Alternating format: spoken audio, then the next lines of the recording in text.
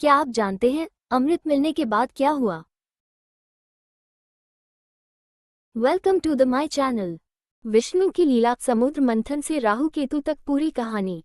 सृष्टि के आरंभ में जब चारों ओर केवल अंधकार था, न समय था, न आकाश, न पृथ्वी, तब इस अनंत शून्य में केवल एक ही शक्ति विद्यमान थी, भगवान विष्णु। वे क्षीर सागर में शेषनाग पर विश्राम कर रहे थे। उनकी नाभि से एक कमल उत्पन्न हुआ और उस कमल से जन्म हुआ ब्रह्मा जी का। ब्रह्मा जी ने सृष्टि की रचना शुरू की और धीरे धीरे ये संसार आकार लेने लगा। समय बीतता गया, देवता और असुरों के बीच शक्ति की होड़ बढ़ने लगी।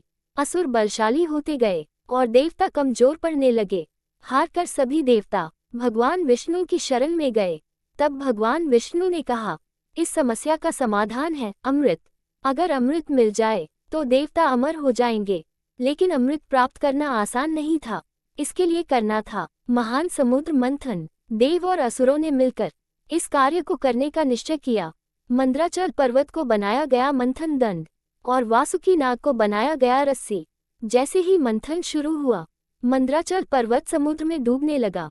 तब भगवान विष्णु ने कूर्म कछुआ अवतार लिया। उन्होंने अपनी विशाल पीठ पर पूरा पर्वत संभाल लिया और फिर शुरू हुआ महान समुद्र मंथन। मंथन से सबसे पहले निकला एक भयंकर विष, जिसकी ज्वाला से पूरी सृष्टि कांप उठी। तब भगवान शिव ने उस विष को पी लिया और बने नीलकंठ। इसके बाद मंथन से कई दिव्य रत्न निकलने लगे। माता लक्ष्मी प्रकट हुई, ऐरावत हाथी निकला, कौस्तुभ मणि प्रकट हुई और अंत में निकला अमृत से भरा कलश। अमृत को देखते ही देव और असुरों में युद्ध छिड़ गया। हर कोई अमर होना चाहता था। पूरा ब्रह्मांड युद्ध की आग में जल उठा। तब भगवान विष्णु ने एक अद्भुत लीला रची। उन्होंने मोहिनी रूप धारण किया।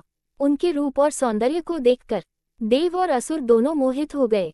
सबने अमृत बांटने का अधिकार मोहिनी को सौंप दिया। मोहिनी रूप में भगवान विष्णु ने अमृत अपने हाथ में लिया और बड़ी चतुराई से देवताओं को अमृत देना शुरू किया।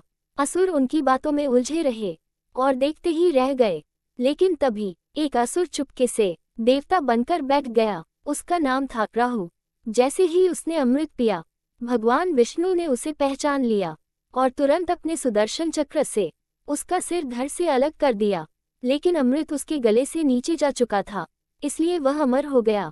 उसका सिर बना राहु और धड़ बना केतु। तब से आज तक राहु और केतु सूर्य और चंद्र से बदला लेते हैं और यही कारण है ग्रहण का। भगवान विष्णु की हर लीला हमें एक ही सीख देती है, धर्म और सत्य की हमेशा जीत होती है। Thank you for watching. अगर वीडियो पसंद आया हो तो लाइक, शेयर और सब्सक्राइब जरूर करें। अगर वीडियो में कोई कमी लगे तो कृपया कमेंट में जरूर बताएं।